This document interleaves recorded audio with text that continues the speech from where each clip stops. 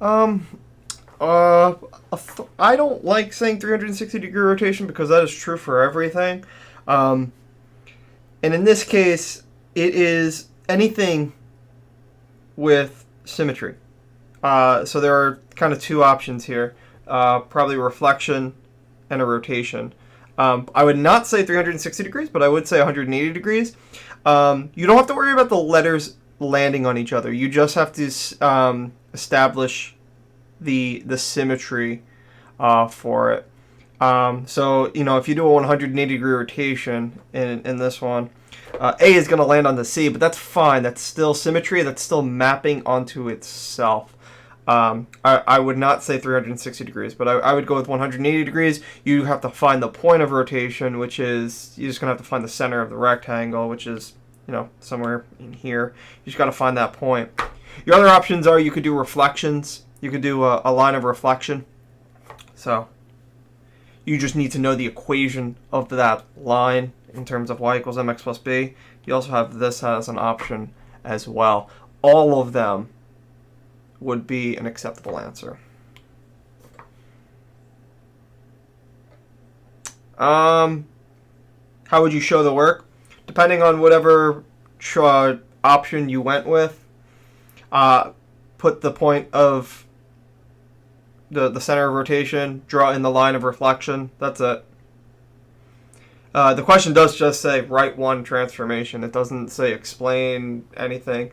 It's literally just write it out.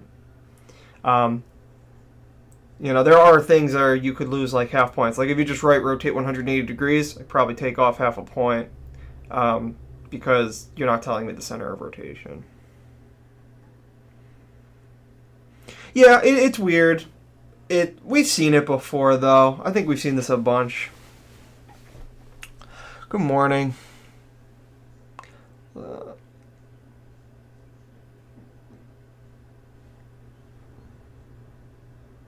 That's fine. That's perfect, Ryan. Put point P in the middle. Label it yourself. Rotate around that point. That 180 degrees. That's perfect. Center of rotation would have to be the center of the rectangle. It's going to be some point halfway between basically the midpoints of both line segments, the intersections of here. So it's likely somewhere in there. I probably drew it a little off. It definitely did.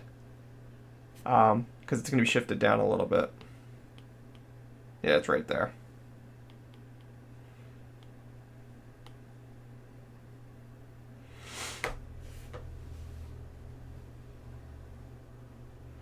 I think that's 5, 5. 1, 2, 3, 4, 5. Yep, 5, 5, 5.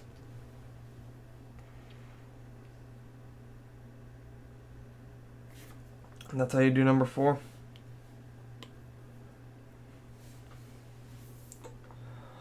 All right, it's 1 minute past 11, so we will get started. Just kind of reminders. We got the weekly up. Again, if you guys have any questions on it, please just, ask me. Throw me a remind if you're doing it at some point. If I'm usually on early on the stream, usually 10, 15 minutes early, so you can ask me then. You can also ask me directly after. I will still help you with any questions that you guys might have. But just kind of throwing out that reminder, do that weekly. And we're going to continue with our discussion on circles. We finished all the definitions, and is the weekly due on Friday? I'm going to have it due on Friday, just because I'm not going to do weeklies every week. You're not going to get a new one this Monday. I know that has changed. I am making it due on Friday. I just want to go over these formulas really quick. 2 of them you should know already. 1 of them is definitely going to be new. So the first one, which is area. The audacity. I'm sorry, Abby. Area. This is our pi r squared formula. I know you've all used it before. We've used it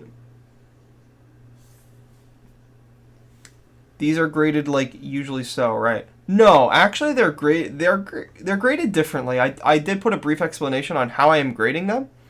Um, there are two major things on how I'm grading them differently because we're doing it remotely learning. I've doubled the amount of points that they're worth, so they're now worth 20, which means they're weighted heavier, which is good for people who have struggled on them in the past. And the reason that's good is because I'm also going to be lenient with them. I'm going to grade them as if it were like a homework assignment. And as you guys know, I don't deduct points for incorrect things on a homework assignment until until there's maybe 3, 4, 5 mistakes. Then I start taking off points. So meaning you could get one of them wrong and still get a perfect score, unlike them just getting graded as is. So there's a little bit of leniency there. That is to benefit really everyone. So you can get one wrong and still get a perfect score. If you start getting 3 wrong, then I'll start, taking off points as necessary. So there's 2 things there to benefit everyone. And the reason I'm doing that is because the 3rd and 4th marking period have been combined. So if you have lower weekly scores in the beginning of the 3rd marking period, this is that opportunity to really boost up that score. So that's going to be really good for everyone. The most important thing that I can't stress it enough is you have to do the assignments. That's the most important thing. All right, so A equals pi r squared.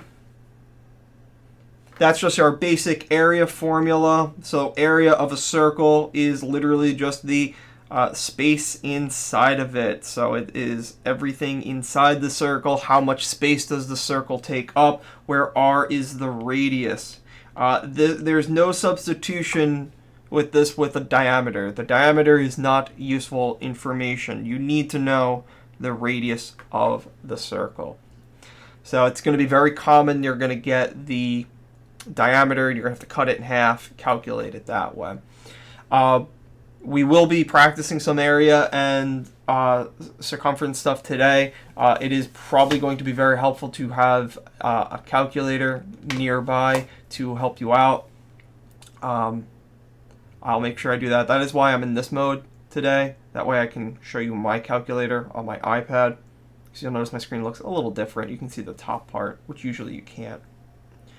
But will definitely be beneficial to have a calculator. Circumference. There are 2 versions of circumference. The one that I like the most is the one that uses the radius, which is 2 pi r. But technically, because it has a 2 and r in there, we know if you double the radius, that is the same thing as the diameter. So some people prefer just taking pi and multiplying it by the diameter, which is fine. So the circumference is literally going to be the distance around the circle. It is also fair to call this the perimeter of a circle. It's not as commonly called that, but it is a perimeter. It's the perimeter of a circle. It's just kind of weird to say it that way because perimeter is kind of reserved for polygons. Circumference is just a specific kind of perimeter. It's the distance around the circle. That's the major difference between the two. Both very different numbers. One is a distance, one is an area. And r is the radius there, d is the diameter. The new one is going to be the arc length. And there's a few kind of different ways to think about this formula. So let me draw another circle. An arc length is going to be, well, instead of the entire circumference, what if you just wanted to know a part of the circle, the distance, say, from here to here of a specific arc? So there's a couple of different ways we can kind of think about it. This is part of the circumference, and the way I like to think about it, it's a percentage of the circumference. And just kind of eyeballing it from what I've drawn on the screen, it's about, I don't know, that's about 40% of the circumference. So this is going to utilize kind of 2 things. It's going to utilize a percent, and it's going to utilize the circumference of a circle. So we're going to say that the length, L, so L is the yellow part that is highlighted right now. If we take the arc measure in degrees, so I'll call that x. So again, I mentioned this yesterday, this can get confusing. there's a degree measure for an arc, and there's a length measure of an arc. So this x that I've put here is the degree measure in arc. So it could be something like, that could be a 100-degree arc or something like that. But we still may want to know the length of it. That's why they're two different things. Usually you're going to need to know at least one of those pieces of information to figure out the other. So what it is, we're going to take x degrees, you're going to divide it by 360. This is literally a percent. So if I kind of go based on that number I just said, 100, if I were imagining that were a 100-degree arc, 100 divided by 360 is 0.27, meaning it's 27% of the circle. You can literally do this with any number between 0 and 360. 180 divided by 360, we know that's half a circle, so you get 0.5, or 50% of the circle. So this part of the equation that I'm highlighting is a percent of the circle. And then all we need to do with that percent of the circle is multiply it by the circumference of that circle. So you could do a number of things here where you could put in c for circumference. I'm just going to put 2 pi r or pi d. Doesn't really matter. As long as you know that you're multiplying it by the circumference.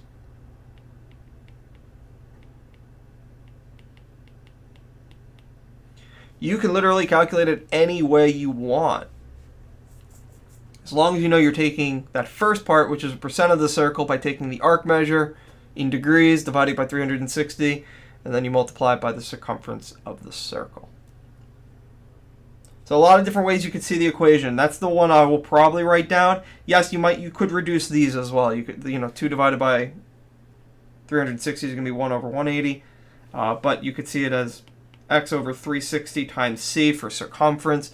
A lot of different ways you can kind of represent it. I like this one that I wrote down. I think it's the best way to kind of utilize it. And we'll get to those. I do want to go over this page right here. And again, I know that a lot of you do not have this printed out. So I will give you a moment to copy down this diagram. I know it looks a little overwhelming. It's really not too bad. I would just start with the big circle and then draw all the lines that go with this circle, probably doing the diameter first.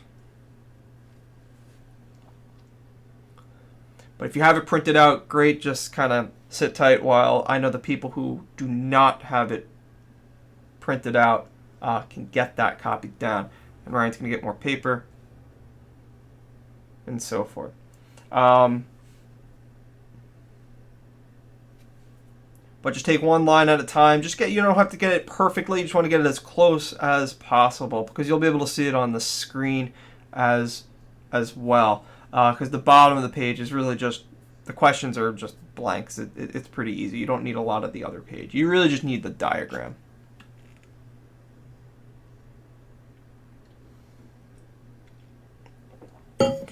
When will you get copies of it? So all teachers in the school have to hand in their hard copies by tomorrow. And then Mrs. McGrath is going to go to the school, kind of organize everything to get distributed between everyone. I don't know if she's planning on going in on Thursday or Friday or maybe even Monday. My guess is early to mid next week is when you will all get them. I already made all my copies. They're all at the school already. So I'm just waiting on the school to distribute them.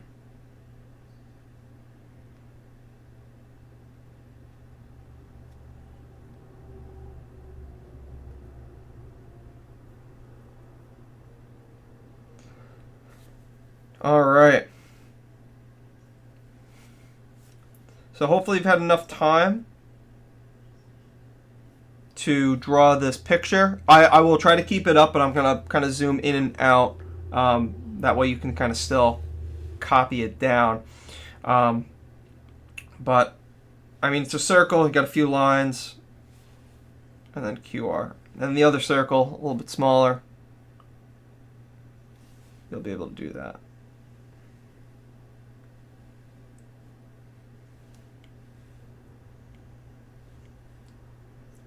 And then make sure you get all the letters down as well. So if I've had time to highlight it, hopefully you've had time to draw it yourself. But again, I'll keep it up.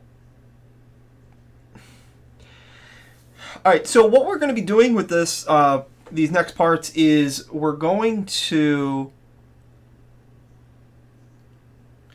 name the different parts. This is just kind of like a word bank. You don't need to copy that down because you have all the definitions written down anyway. So we're going to basically identify, they're going to give us, so in number 1 it says LQ down here.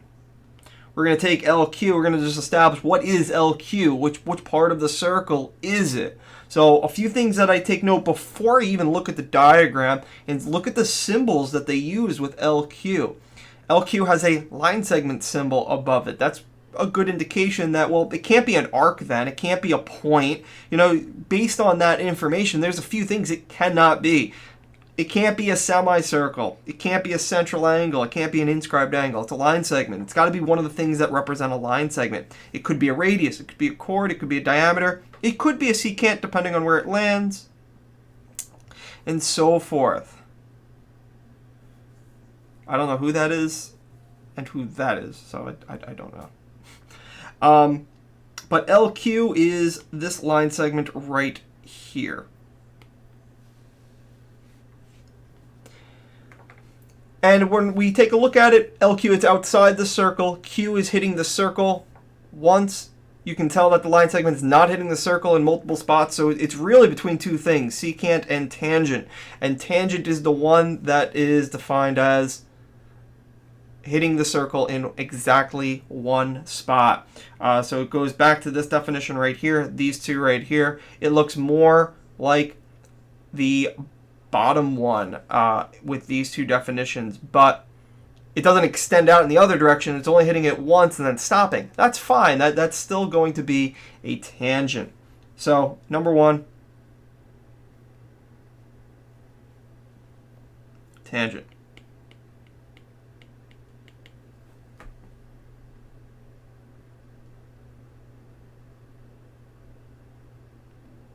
The number 3, angle NQR.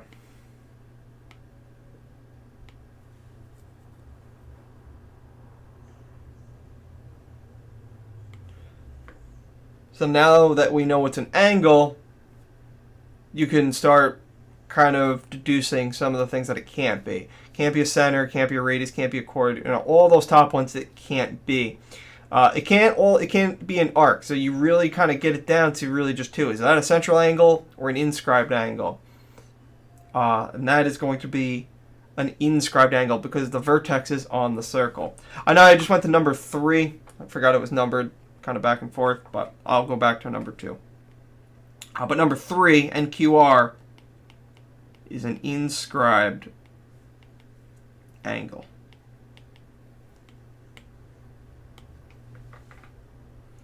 Now I'll go back to number 2. Number 2 says line segment WY. So I go to my diagram. All right, where's WY? Here it is. So it's a line segment inside the circle. It has distinct endpoints inside the circle. It does not go through the center, so it can't be a radius or a diameter. In this case, because it's completely inside the circle, this is what we call a chord. So we're just kind of practicing using all those definitions that we went over yesterday. You know, here's a line segment. Let's define it. Let's identify it in a diagram. Number 4, point X. That's it, just point X. So let's see. It's the center of the circle. That's easy enough. So, center.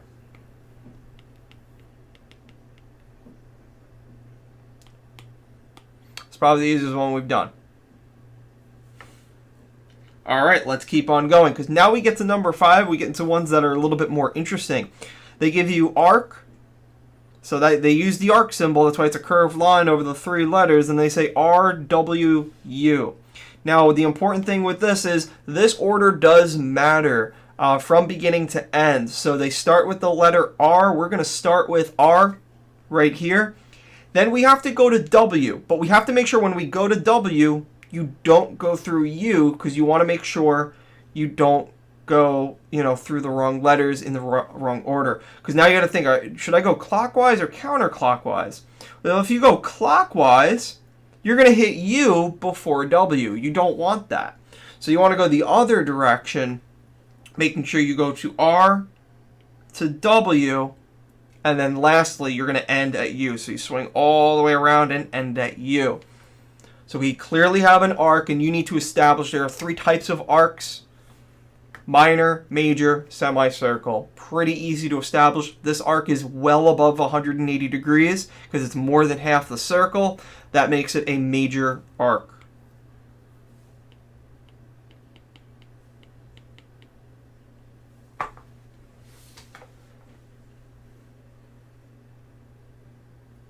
All right, number 6. That is a line symbol. I don't know if you can see it on the screen very well. I'll zoom in on it.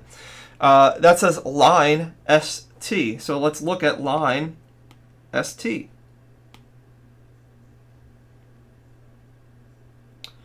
So it is in between these 2 circles. And even though it's hitting both circles, it's only hitting both circles in exactly one spot, where point R is. There's no other point. It's not going through the circles. It's completely outside the circles. Therefore, I am going to call this a tangent because it hits once and only once.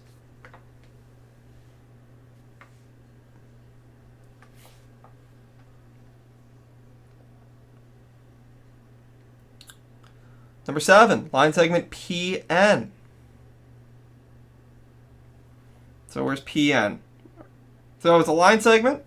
Goes to the center of the circle to on the circle. These ones should be pretty easy to identify, I think, because these are line segments you've used with circles in the past. Because it's coming from the center, going on the circle, that's a radius.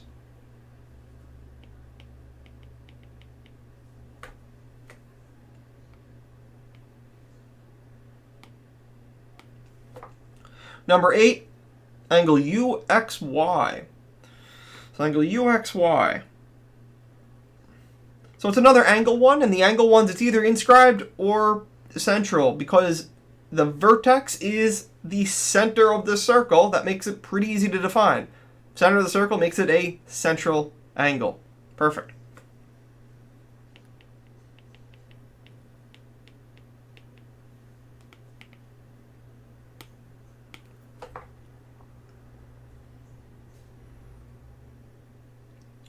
And we'll keep on going. I'm going to go a little bit faster through them now, though.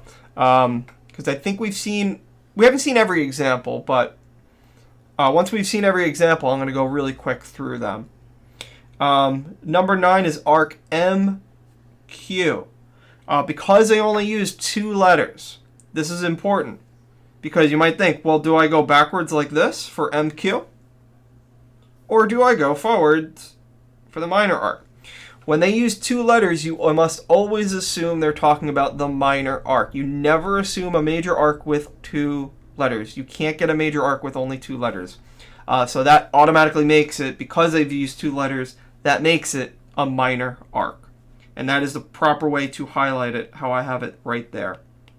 You do not want to go in the reverse direction with only 2 letters. If they meant the major arc, they needed to include the letter N or R in the middle of the description.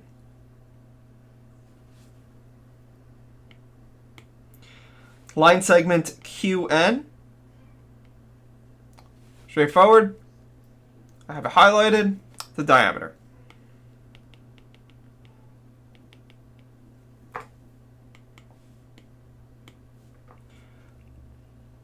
(11), which is point R, which is right here. We knew that point R was a point of tangency. So, because the line ST was a tangent, but R is a point of tangency.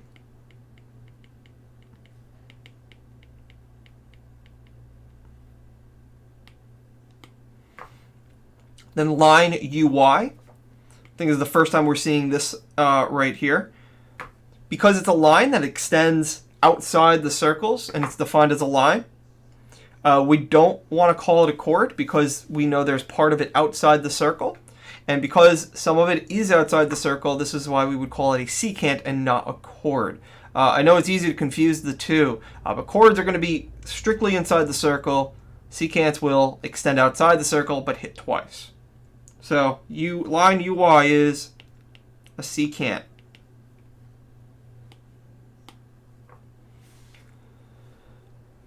Arc QRN. One thing to note, you don't want to assume that 3 letters automatically means a major arc. You definitely want to check. And in this case, actually, these 3 letters are not a major arc. So I went in the order. I started from Q, I went to R, then N. And because I know that this is a diameter, QPN, you know that this is a semicircle. It's exactly half the circle. It's exactly 180 degrees.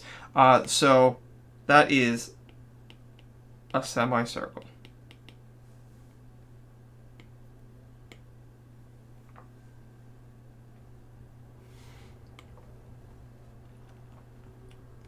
Angle MPQ.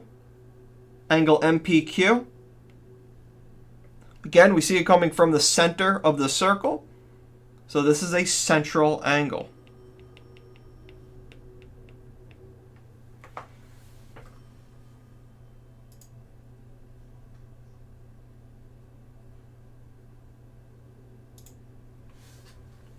Number 15, line segment QR.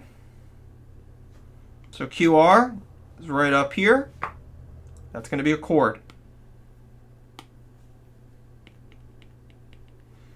Angle UYR.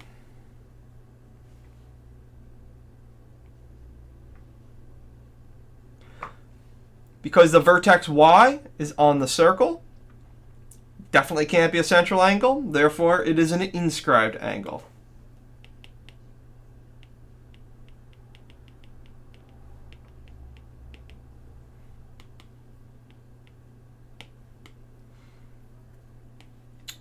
Just a few more.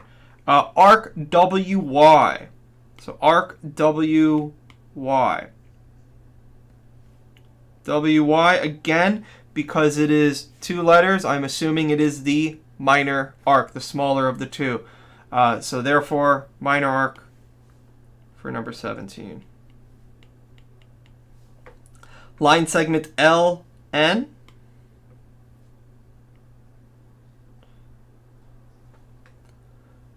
Now, although it's not a line that goes on forever, this is going to be a secant because L is outside the circle. It's a segment that intersects twice, and even though there's a clear end point right at N, you definitely don't want to define it as a chord, so therefore I would define it as a secant.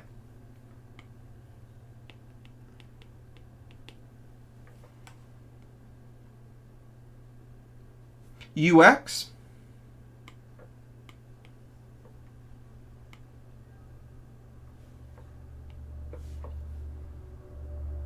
Comes from the center circle, goes on the circle. That's a radius. And the very last one, arc, R-U-Y. Arc, R-U-Y. That goes across a diameter. So that is a semicircle.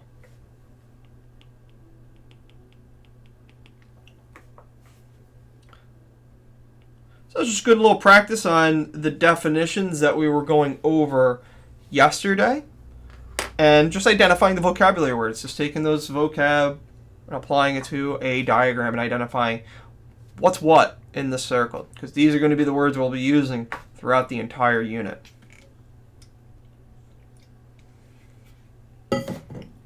Any questions?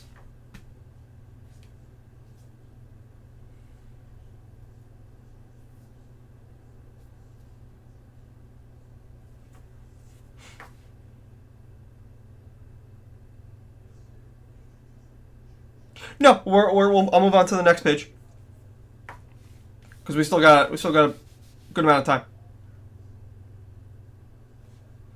And the next part doesn't take very long because it's area and circumference, which I I have the assumption that you'll already know how to do, because I mean, I know I've put it on weeklies before. I know there's a problem where I've had you calculate the area of circles multiple times.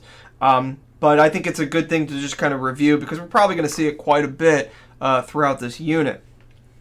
So going over that it is going to be important. I'll probably jump around, and like I said, you don't necessarily need this paper in front of you. I mean, just look at the problems. It's literally, the problems are just a circle with a number. Everyone is capable of drawing that in yourself. I know the notes kind of organize everything nice and neatly for you, but you don't, this could very easily be done on a separate sheet of paper, because you don't need to write, main ideas and notes and stuff like that. You already have the formulas written down. You don't need to write them down again. That's why all this can be done on a separate sheet of paper. It's just on you to kind of organize it yourself, because the questions are straightforward. Literally just drawing a circle, putting the correct number in there, and you have a question. So just to kind of reiterate the equations for these, the area formula is pi r squared. Circumference formula is 2 pi r, or pi times d. You guys have them written down. We just wrote them down at the beginning of the stream. So we should have that down. Let's take a look at each of these. Now the directions here just say we're going to do area for 1 through 4, circumference for 5 through 8.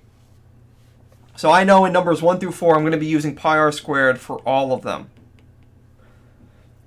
I'm not going to do all of them, though. I'm probably going to do like the first 2, and then I'll do a circumference one, and then so forth.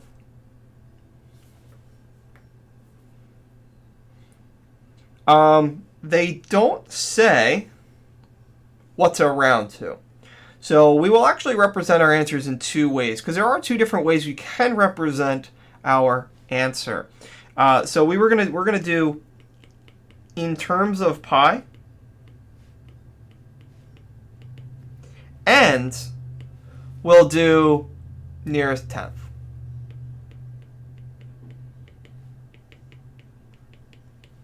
Just so we can see what it means when we're putting something in terms of pi, because it's very common to see things in terms of pi, and especially when you move on to Algebra 2, you're going to see things in terms of pi very frequently, because you're going to do something called radian measures, and which I know we've talked about, a different way of representing angle measurements. They're going to be in terms of pi. So let's just kind of see what I mean by that.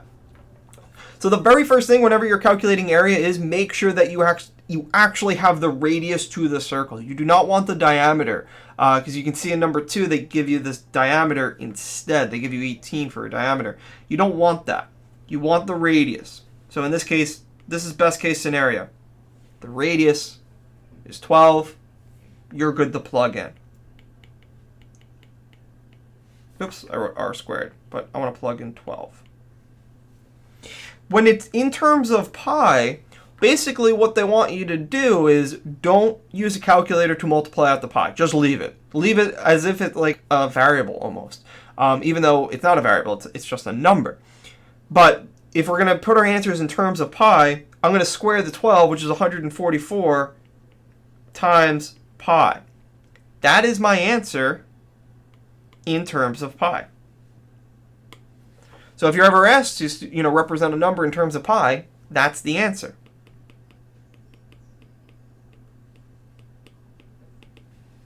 And that's all it means. So there's benefits of having this number in front of you. The benefit is it's a lot cleaner. It's easier to kind of plug in with. The bad news about this number is it's not a good representation on really the size of this number, because we still need to multiply by pi to really get a sense of how big this circle really is. So if we're rounding to the nearest tenth, all you do is just take that 144 and then you're going to multiply it by pi. So here's my calculator. 144, I'm going to multiply that and use that pi button on your calculator. Don't type out 3.14. Don't call it 3. Hit the pi button. Hit equals. And then that is the answer I get. So it looks like I got 452.38. We're rounding to the nearest tenth, so I will round this to 0.4. So 452. Whoops. 452.4. So those are our two answers. One in terms of pi, one to the nearest tenth. They are the same exact number, though. Well, one is rounded. It's also another benefit of the in terms of pi one. It's not rounded. It is an exact value. All right. Number two, the only difference here is you're still going to use pi r squared. Except you want the radius. They gave you the diameter in the problem, and the radius is 9. So you just have to make sure you cut it in half. You do not have an option. You can't square the 18 and then cut it in half later. You have to cut it in half right away. Because if you square 18 and then cut it in half, that's not the same thing as 9 squared. So make sure that you are working with the radius from the beginning of the problem. Then with that, well, we can plug in. Pi r squared. So it's pi times 9 squared, which is 81 pi. Pretty simple for the in terms of pi 1. Then, if we are putting this in the nearest tenth, 81 times pi, it equals 254. I got 0.46. So we're going to round that up to 0.5.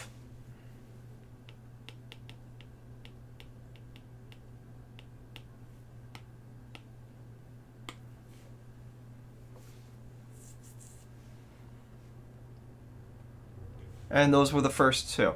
I'm not going to do the other two. Again, you guys can practice whatever you want on your own.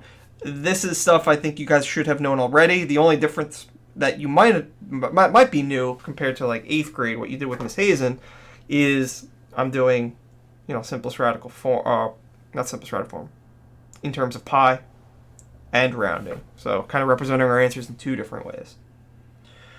I'm going to move on to the bottom ones instead. I'll do 5 and 7. I'll do the same thing. I'll do in terms of pi n to the nearest tenth. So in this case, because you have two options for circumference, you can use 2 pi r or you can use pi times diameter. Whichever one you are more comfortable using is the one you can use. I prefer 2 pi r, but you can also just use, well, if they give me radius, I'll use 2 pi r. If they give me diameter, I'll use pi times d. That's also fine. Go for that. Just know that there's two different ways to represent the same equation. So in number 5, because they gave me the radius, I'm just going to use my 2 pi r. So 2 times pi times r, which is 7.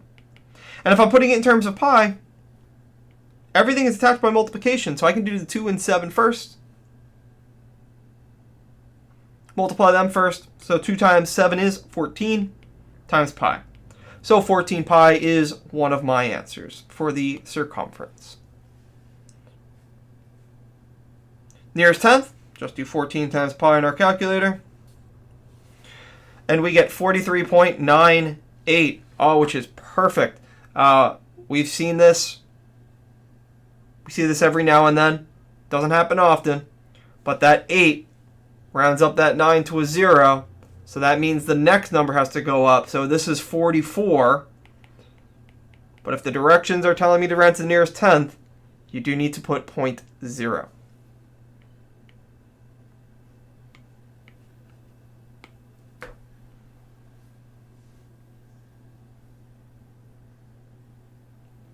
So you don't want to forget the 0.0.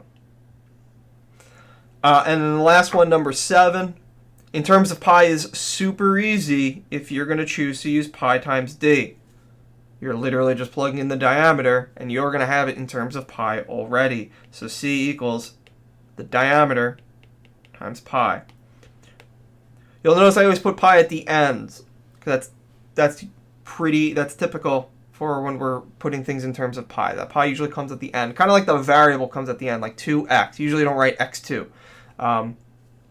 Same thing with pi. We put pi at the end, even though it's a number, not a variable. And then for simplest, or so not simplest, I keep saying that, but rounded, we're going to do 58 times pi, and we get 182.2. So circumference, oops.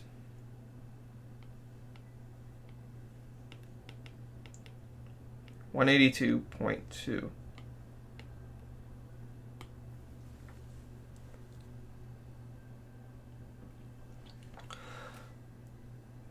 Which I do want to practice some more challenging ones. We'll probably get to them tomorrow instead, where they give me maybe the circumference, but then they ask you to find the area and kind of going back and forth between, that kind of stuff.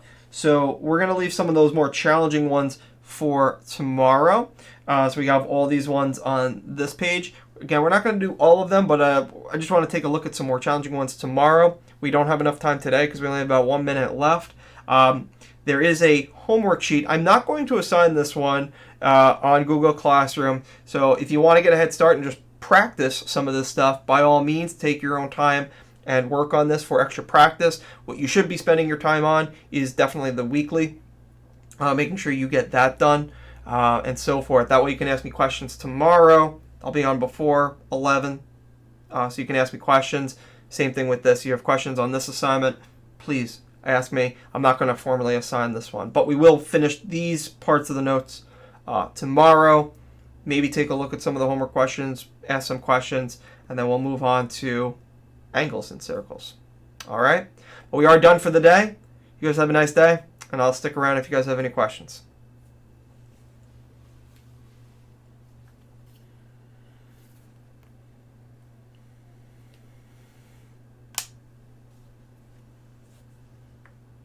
Have a nice day.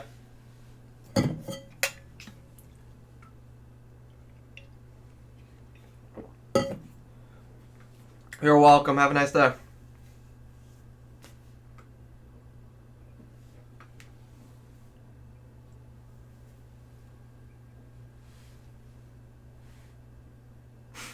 I will. Thank you.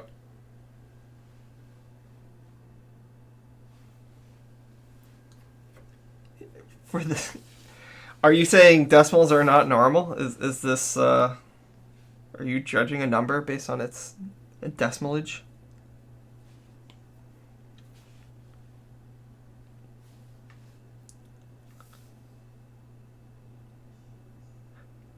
For the second question, it does. I mean, the question does say round to the nearest hundredth. So without even kind of calculating anything, that seems normal to get a decimal. If the question in itself is asking you to round to the nearest hundredth, that doesn't surprise me. If BD is 10, AD is 6, find the length of BC. So this is definitely that a squared equals x times y. So you're going to find probably DC first and then do Pythagorean theorem. Because you're using a square and a Pythagorean theorem, there's a very good chance you get a decimal for this. I will just double check, make sure that you do in fact get a decimal. The first one is a repeating fraction, so that is a good indication. Yeah, this is going to be a decimal. Yeah, it is a decimal. My whole number starts with 19, but there are decimals after it.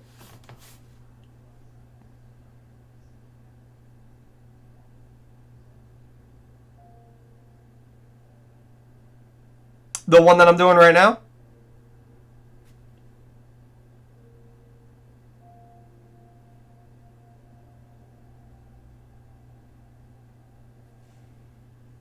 I'm assuming you meant this one. If it's not, you can just stop me.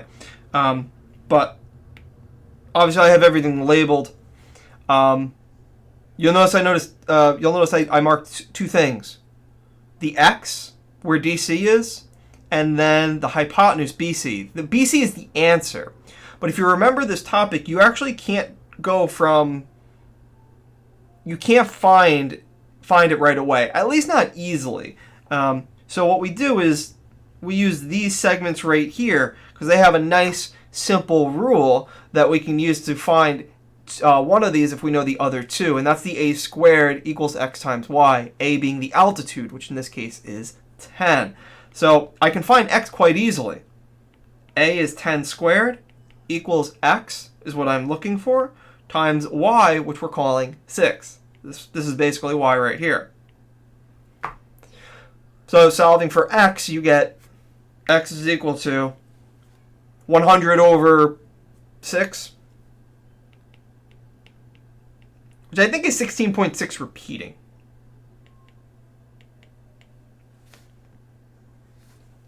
So this is 16.6 repeating,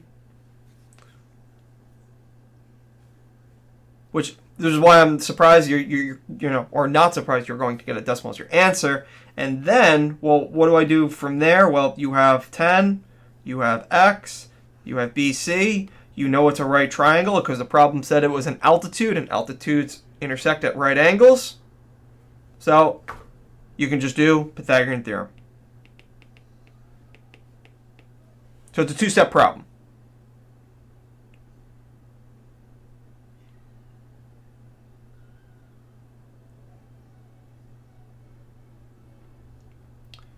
So if you still need help, I can continue going with it, but I know you can do Pythagorean theorem just fine. Again, your answer is somewhere around 19-ish. Some decimals, obviously. If you're doing it in your calculator, so there's a few kind of things you can do. There's a few things you can do. If you're plugging in your calculator, I would just do 16.6, hit 6 a bunch of times, and then square it. Because you know you're rounding to the nearest tenth, if you hit it 4 or 5 times, you're fine. Or yes, you can just use the fraction, 100 over 6, square that, and then, you know, work with that number. That'll be fine as well. You have the option. You can do whatever one you want. Either one of these, because they are the same thing, right? If they're the same thing, you have the choice. I know I typically go to the decimal, mainly because students don't like fractions. But it's really your prerogative, and you can do whatever you like. Can I go over number 3 as well? Yeah. In triangle ABC, points D and E are on sides AB and BC respectively, such that DE is parallel to AE, and the ratio between AD to DB is 3 to 5. If DB is 6.3,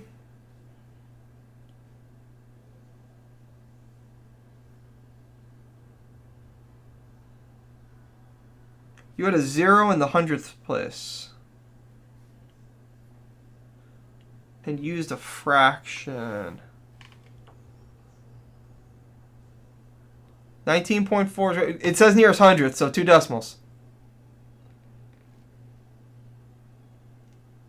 I got 19.44 for that one. So let me label this. So we have DB is 6.3.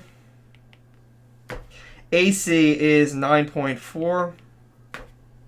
What is the length of DE? It's the nearest tenth.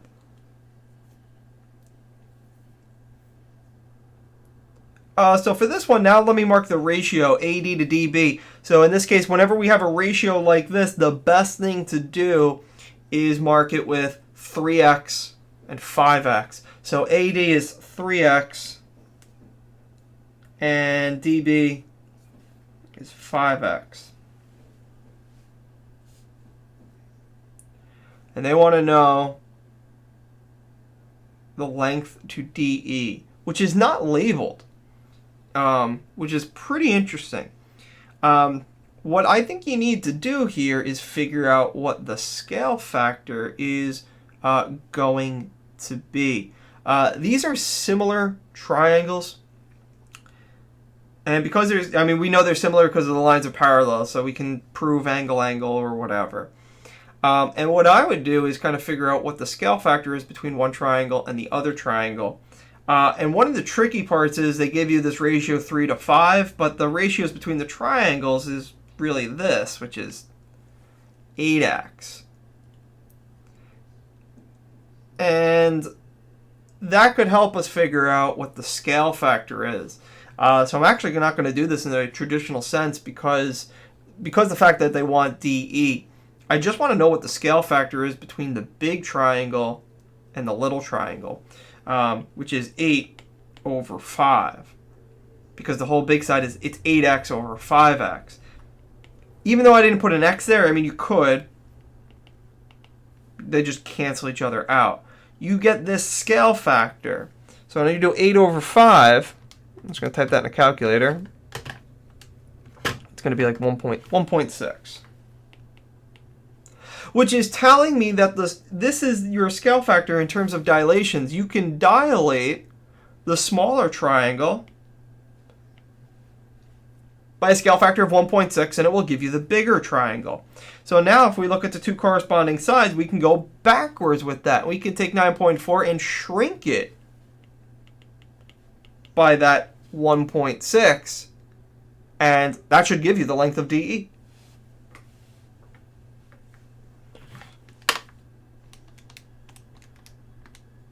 That was a tricky one.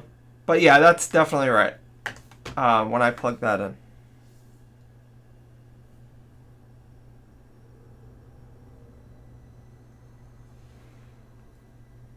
So I'm using the scale factor with that one. You'll notice they gave you extra information in this one. They gave you 6.3.